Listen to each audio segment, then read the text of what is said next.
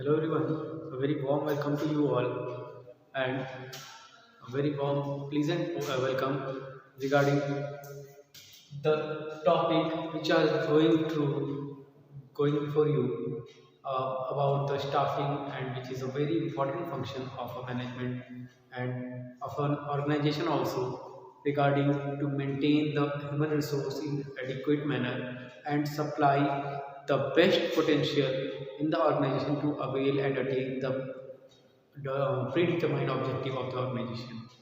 आज हम लोग बात करेंगे अपने उस कंटिन्यूइंग टॉपिक की जो हम लोग बात कर रहे थे स्टाफिंग के बारे में, जहां हम लोगों ने जाना था कि स्टाफिंग क्या होती है, स्टाफिंग के बेसिक फीचर्स क्या होते हैं, वेरियस स्टेप्स ऑफ अकाउंटिंग क्या क्या होती हैं during the performance of accounting function. और इसके बाद जो है अब उस फंक्शंस को थोड़ा सा जो है डिटेल ब्रीफ करेंगे हम लोगों ने जाना था कि वेरियस स्टेप में क्या क्या चीज़ें परफॉर्म होती हैं। उसी क्रम में जो है हम लोगों ने बात की थी कि जैसे जब हम स्टाफिंग फंक्शन परफॉर्म करते हैं तो स्टाफिंग फंक्शन में हम जो है अल्टीमेटली कोशिश करते हैं ये जानने की कि हमारी फर्म में कितनी वर्क पावर की लोड है, वर्क पावर है और कितनी वर्कलोड है। इन दोनों के कंपैरिजन के बेसिस पे हम अगर ये देखते हैं कि वर्कलोड ज़्यादा है और मैन पावर कम है, तो ऐसी कंडीशन में हम रिक्रूटमेंट और बाकी के जो रिमेनिंग स्टेप्स हैं उसकी ओर जाते हैं। और आज हम उसी क्रम में उन स्टेप्स को ब्रीफली बात करेंगे regarding the most important steps about we will talk about recruitment, the key features of recruitment and the various sources of recruitment, and apart of that we will also try to deal with the sources and procedure of selection, है ना। तो इसकी क्रम में सबसे पहले हम शुरुआत करेंगे आज अबाउट रिक्रूटमेंट के कॉन्सेप्ट को जितना हम लोगों ने समझा था उसको अगर हम ब्रीफ करना समेटित टर्म में समझना चाहें तो रिक्रूटमेंट क्या है, to disclose the vacancy in the organization regarding a particular job. ठीक है, फर्म में एक पर्टिकुलर जॉब के रिगार्डिंग जो भी वैकेंसीज है उन वैकेंसीज को डिस्क्लोज करना ही रिक्रूटमेंट कहलाता है। और ऐसी कंडीशन में जो रिक्रूटमेंट होगी वो रिक्रूटमेंट जो है उसका ऑब्जेक्टिव ये होगा कि हमारे जो भी पर्सोनेल हैं that are not engage with the firm and firm willing to make them join in the organization to have to avail the benefit of their services and their excellence। तो ऐसी condition में हम उनको call करते हैं, हम उनको जो है इनवाइट करते हैं to join the firm to render their services. तो ऐसी कंडीशन में जो प्रोसेस परफॉर्म होता है दैट इज द रिक्रूटमेंट। ठीक है, I repeat, the recruitment is what, recruitment is nothing but the disclosure of the vacant post in the organization regarding a particular job। ठीक है, to avail the best candidate, best potential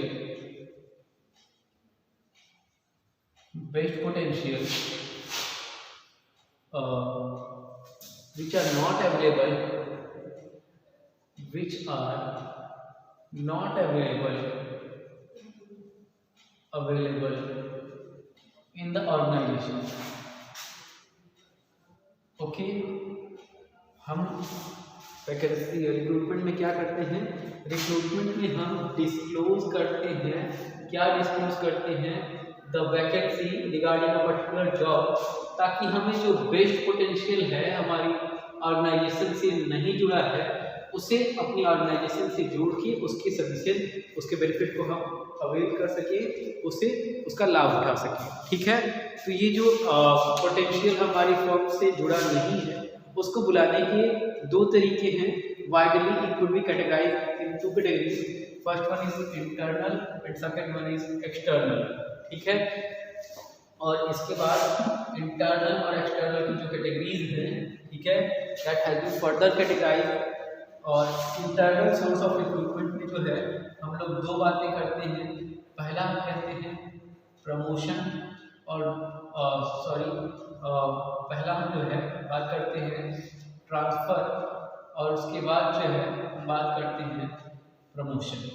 ठीक है, हम एक एक करके आज इन दोनों को जानेंगे और उसके बाद हम जानेंगे कुछ एक्सटर्नल सोर्सेज ऑफ रिक्रूटमेंट के बारे में भी। ठीक है, internal source are those source of recruitment by which the firm spread the information of this vacancy or the vacant post in between or among the internal member of the organization. This source are basically based on the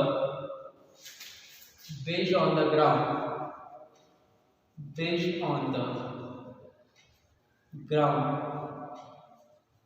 of spreading information, है ना। हमारी information की spreading किनके बीच हो रही है, इस information की स्प्रेडिंग के बेसिस पे जो है हम बात करते हैं अपने इंटरनल सोर्स ऑफ रिक्रूटमेंट की। तो अगर ये स्प्रेडिंग हमारे इंटरनल मेंबर्स के बीच हो रही है, स्प्रेडिंग बिटवीन और अमंग द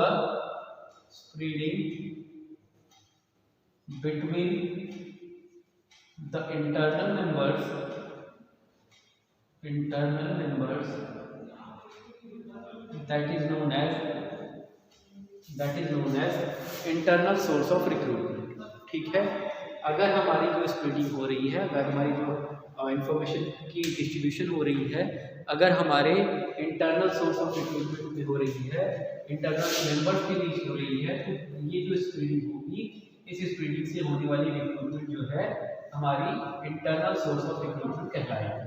ठीक है, always mind that this internal recruitment has been categorized in two categories in your syllabus. First one is transfer and second one is promotion.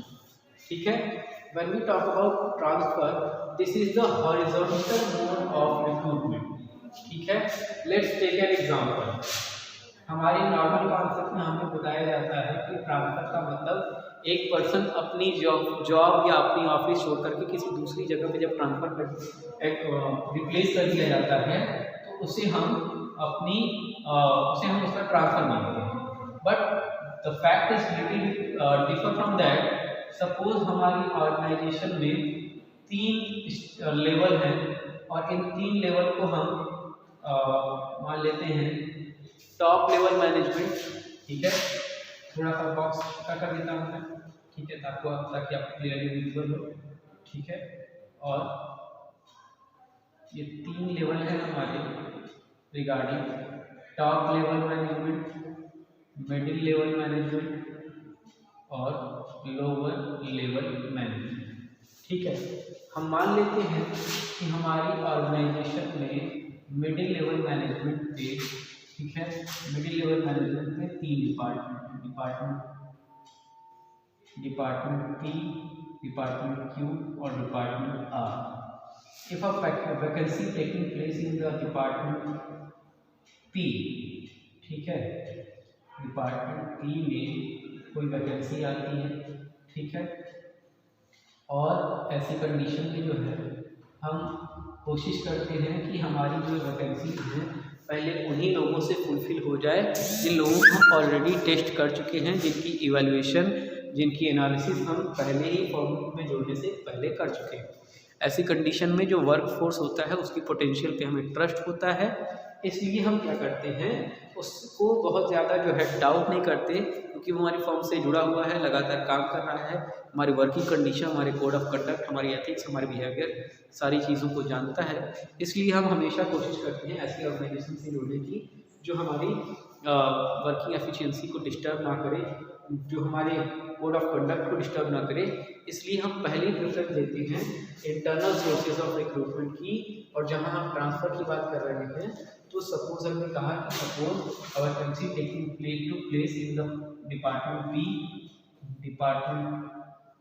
P, और ऐसी condition में अगर हमारी जो फॉर्म है वो उसी डेजिग्नेशन के अदर डिपार्टमेंट से क्वेरी करती है, जैसे डिपार्टमेंट क्यू से पूछा जाता है have you any extra worker, have you any extra workforce, और डिपार्टमेंट आर से भी सेम क्वेश्चन किया जाता है।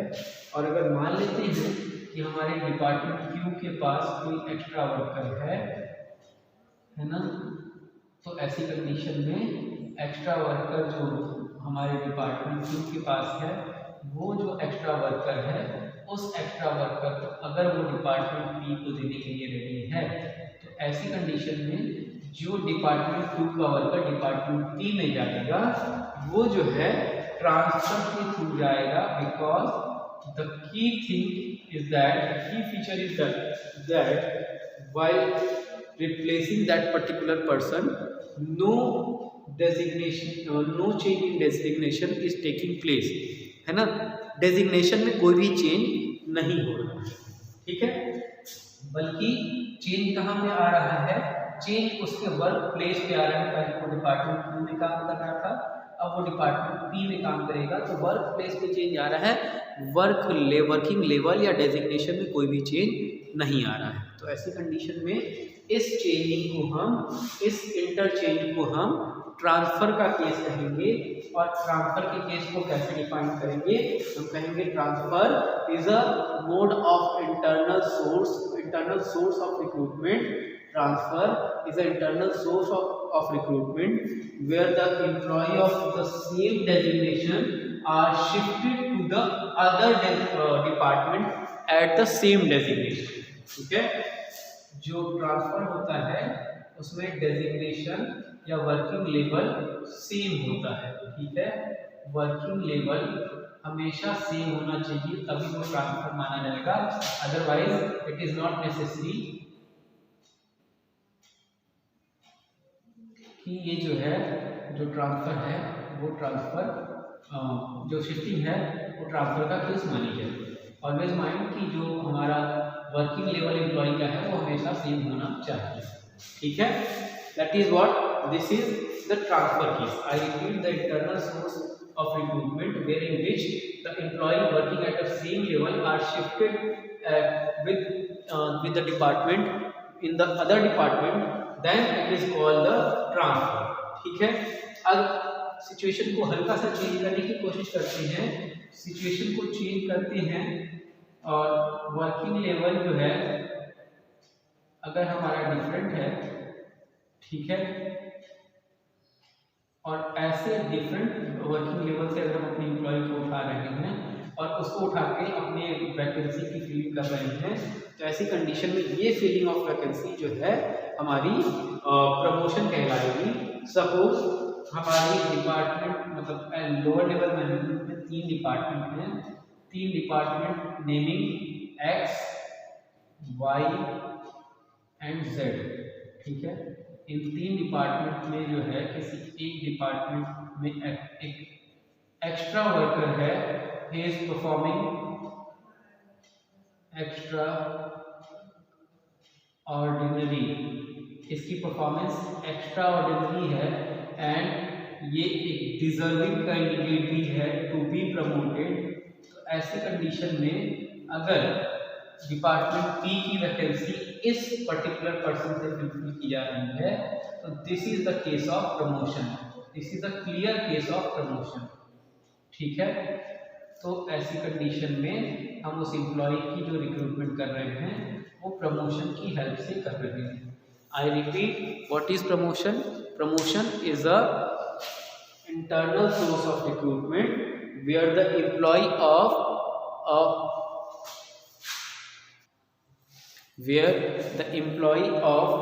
a different level shifted to the upward vacancy on the basis of his extraordinary services and deserving potential, then this transfer is known as promotion.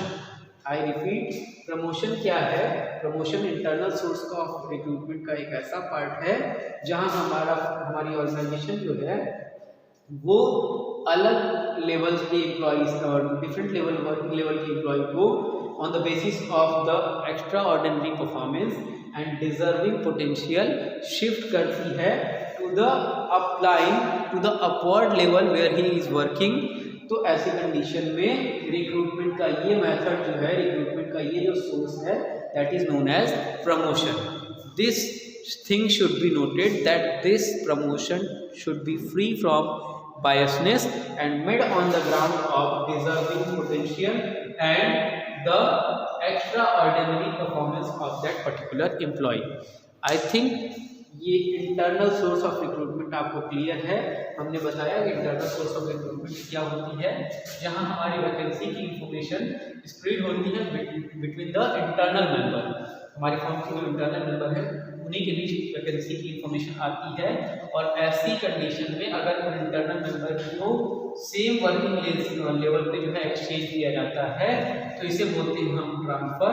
और अगर उस organisation में वर्किंग लेवल के डिफरेंट वर्किंग लेवल के employ से जो है set of किया जाता है वैकेंसी को तो इसे हम प्रमोशन का नाम देते हैं। I hope the concept of promotion is very much clear to you. अब इसके बाद हम लोग बात करेंगे एक्सटर्नल सोर्स ऑफ रिक्रूटमेंट की। तो आइए जानते हैं कि एक्सटर्नल सोर्स ऑफ रिक्रूटमेंट क्या होता है। इसी तरीके से जब हम बात करते हैं regarding the external source of recruitment, तो एक्सटर्नल सोर्स ऑफ रिक्रूटमेंट क्या होती है हमारी। एक्सटर्नल सोर्स ऑफ रिक्रूटमेंट में जो इंफॉर्मेशन स्प्रेड होती है, information spread between or among the general public or external member, general public और external member of the organization। ठीक है, जब हम अपनी इंफॉर्मेशन जो है बाहरी लोगों को बताते हैं कि हमारी फर्म में ऑर्गेनाइजेशन में एक वैकेंसी है और अ पर्टिकुलर पोस्ट, तो ऐसी कंडीशन में इस सोर्स से अगर कोई रिक्रूटमेंट आती है तो ऐसी कंडीशन में इस सोर्स ऑफ रिक्रूटमेंट को हम जो है एक्सटर्नल सोर्स ऑफ रिक्रूटमेंट कहते हैं। और एक्सटर्नल सोर्स ऑफ रिक्रूटमेंट में ज़्यादा बेटर क्वालिटी, ज़्यादा बेटर जो है एम्प्लॉयमेंट होने के चांसेस होते हैं। और ऐसी कंडीशन में जो एम्प्लॉय होते हैं that feel to be appointed in a very free manner, और इससे भी ज़्यादा जरूरी बात जो एम्प्लॉयज़ होते हैं that have a better you can say that have a better trust on the organization, so that they could work in a better manner, so that they could work in a highly desperate manner, क्योंकि उन्हें उनकी job उनकी potential के basis पे मिली है तो वो अपनी जॉब की वैल्यू करते हैं और उनको उनकी जॉब की जो भी टास्क दिए जाते हैं उनको ज़्यादा बेटर तरीके से परफॉर्म करते हैं। अब इनमें जो है एक्सटर्नल सोर्सेज ऑफ रिक्रूटमेंट में कुछ कॉमन सोर्सेज हमने लिए हैं। जैसे हम लोगों ने बात की डायरेक्ट रिक्रूटमेंट की, ठीक है। आइए जानते हैं डायरेक्ट रिक्रूटमेंट क्या होती है। Direct recruitment means recruitment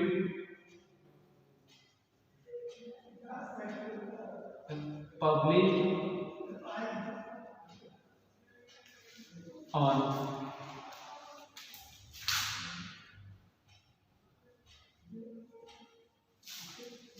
the notice board or the wall of company, ठीक है। कंपनी के नोटिस बोर्ड या कंपनी से रिलेटेड जो वॉल है वहाँ पे जब रिक्रूटमेंट का जो है डिक्लेरेशन किया जाता है और जनरल पब्लिक को इनवाइट किया जाता है that you are invited widely for joining for applying the for the vacant post, then this kind of recruitment is known as direct recruitment.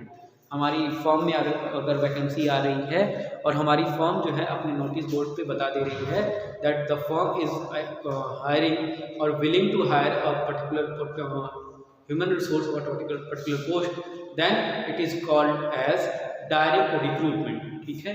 ऐसी रिक्रूटमेंट की जो पब्लिशिंग होती है वो कंपनी के नोटिस बोर्ड पे, कंपनी की वॉल पे हो जाती है। उसे देख के जनरल पब्लिक में से कोई भी उस ऑर्गेनाइजेशन में अप्लाई कर सकता है for that particular post if he और शी और they have the required efficiency, required qualification for the job, ठीक है। इसके बाद कैजुअल कॉलर का मतलब जो प्रीवियसली अप्लाइड कैंडिडेट होते हैं, calling of previous applied candidate. जब हमारे प्रीवियस एप्लीकेंट्स को रीकॉल किया जाता है तो ऐसी कंडीशन में हम इन्हें कैजुअल कॉलर कहते हैं। जैसे मान लेते हैं कि हमारी ऑर्गेनाइजेशन ने एक बार इंटरव्यू कराया, उस इंटरव्यू में से किसी एक कैंडिडेट को सेलेक्ट कर लिया, अगली बार जब फिर से रिक्रूटमेंट आती है तो हम क्या करते हैं, जो रिमेनिंग कैंडिडेट उस समय टेस्ट हुए थे उनको फिर से रिकॉल करते हैं और ये अश्योर करते हैं if they are still unemployed, तो ऐसी कंडीशन में वो हमारी फर्म में आकर के जुड़ सकते हैं और जुड़ने के बाद जो है हमारी फर्म के जो भी टास्क हैं उनको कंप्लीट वो कर सकते हैं और हमारी फर्म के मेंबर बन सकते हैं। तो this is known as casual caller. And अगर इस कैजुअल कॉलर की बात करें तो कैजुअल कॉलर में कंपनी ज़्यादा प्रेफर करती है उन कैंडिडेट्स को जिनकी टेस्टिंग हो चुकी है, या उन कैंडिडेट्स को प्रेफर करती है जिनकी परफॉर्मेंस लास्ट टाइम सेकंड या रनर अप वाली पोजीशन में थी, उनको कुछ स्पेशल कारणों से उनको रिजेक्ट किया गया था पिछली बार और इस बार जो है उनको एक चांस दिया जाता है। तो ऐसी कंडीशन में ये माना जाता है कि ये एम्प्लॉई हाईली रेस्पिरेटेड मैनर में काम करेंगे और ज़्यादा से ज़्यादा बेटर क्वालिटी जो है सर्विस प्रोवाइड करेंगे। ऐसी कंडीशन में हम जब कैजुअल कॉलर के थ्रू रिक्रूटमेंट करते हैं तो हम ये मान के चलते हैं कि जो हमारा एम्प्लॉई है वो एम्प्लॉई हमारी ऑर्गेनाइजेशन से लंबे समय तक जुड़ा रहेगा और अगर इन केस इसकी अवेलेबिलिटी नहीं होती है तो रिमेनिंग जो एप्लीकेंट्स हैं उनमें से सभी को कॉल किया जाएगा, या इट मे पॉसिबल कि जो रिमेनिंग पिछली बार अगर मान लेते हैं कि हमने पिछली बार इंटरव्यू किया था और इंटरव्यू में 20 कैंडिडेट आए थे और 20 में से केवल एक का सिलेक्शन हुआ था, तो रिमेनिंग जो 19 कैंडिडेट हैं उन 19 कैंडिडेट्स को रिकॉल किया जाएगा और उनकी इवैल्यूएशन के बाद उस रिमेनिंग 19 में से अगेन जो है कोई एक जो है बेटर कैंडिडेट फाइंड आउट किया जाएगा फॉर द पर्टिकुलर जॉब। ऐसी कंडीशन में उसे हम कैजुअल कॉलर के थ्रू रिक्रूटमेंट कहेंगे। ठीक है, अब बात करते हैं कैंपस रिक्रूटमेंट की। तो कैंपस रिक्रूटमेंट जैसा कि नाम से क्लियर है, recruitment from any particular campus, recruitment from any particular educational institute. होता क्या है, जब ऑर्गेनाइजेशन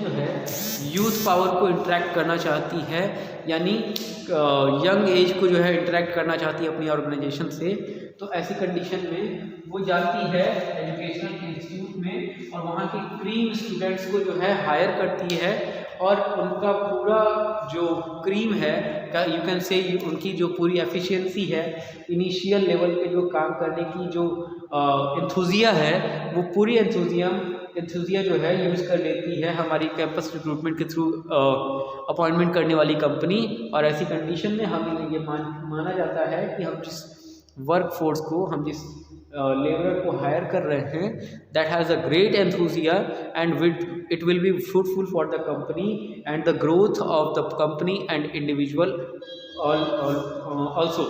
ठीक है, इसके बाद हम बात करते हैं एडवर्टीजमेंट की। तो advertisement means distribution of vacancy,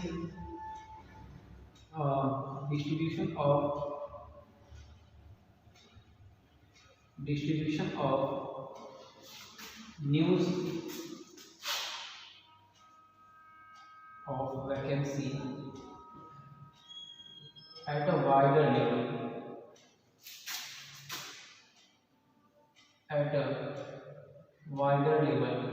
जो हमारी ऑर्गेनाइजेशन में जो एम्प्लॉयज़ होते हैं उनकी वैकेंसी जो है प्रॉपर तरीके से फुलफ़िल नहीं की जाती है, तो हमारी कंपनी जो है टेलीकास्ट मीडिया, प्रिंट मीडिया, ठीक है, टेलीकास्ट मीडिया, प्रिंट मीडिया, इन सारी जगहों पे जाता है और हमारी वैकेंसी की जो है, अपने फॉर्म की वैकेंसी की जो है न्यूज़ स्प्रेड आउट करता है और इस न्यूज़ से ज़्यादा कैंडिडेट आते हैं, ज़्यादा से ज़्यादा बेटर इवैल्यूएशन होता है और उन कैंडिडेट में से बेस्ट कैंडिडेट को हमारी सिलेक्शन कमेटी जो है सेलेक्ट करती है। ठीक है, और इसके बाद जो है last but not the least, that is recommendation from the employees. जब हमारी जो कंपनी होती है हमारे उन एम्प्लॉयज़ की रिकमेंडेशन को कंसीडर करती है जो उन इंडिविजुअल्स के बारे में है, उन कैंडिडेट के बारे में है जो हमारी फर्म से जुड़े तो नहीं हैं लेकिन उनके पास डिज़र्विंग पोटेंशियल है हमारी ऑर्गेनाइजेशन से जुड़ने का। तो ऐसी कंडीशन में हम उन डिज़र्विंग कैंडिडेट्स को कॉल करते हैं, उनको इवेलुएट करते हैं, और उसके बाद अगर हम ये फाइंड करते हैं that these candidate are capable for the job, तो ऐसी कंडीशन में उन कैंडिडेट्स को हम अपनी जॉब के लिए अलाउ करते हैं, अपनी जॉब का ऑफर देते हैं और अपनी वैकेंसी को फुलफिल करने की अपॉर्चुनिटी अवेल करते हैं। ऐसी कंडीशन में हमेशा ये याद रखना होता है हमें कि these employees are trusted, these recommendation are trusted on scientific ground, biasness से फ्री होना चाहिए। ठीक है, हम किसी भी रिकमेंडेशन को ऐसे ही बिना किसी इवैल्यूएशन के अगर हम ले रहे हैं तो ऐसी कंडीशन में we are compromising with the potential of the company, with the working efficiency of the company. तो जहाँ तक पॉसिबल हो ऐसी कंडीशन में जो एम्प्लॉयज़ हैं रिकमेंडेशंस के थ्रू जो आ रहे हैं कैंडिडेट, उनको जितना ज़्यादा बेटर तरीके से इवेल्युएट करना है तो उतना बेटर तरीके से इवेल्युएट करके उसके बाद ही उनको जॉब प्रोवाइड की जाए। Is that okay? Hope the various internal and external sources of recruitment should be clear to you. इसके बाद जो डाउट्स होंगे, कुछ important external sources of recruitment की बात होगी, हम लोग नेक्स्ट क्लास में करेंगे। So thank you very much. जय हिंद।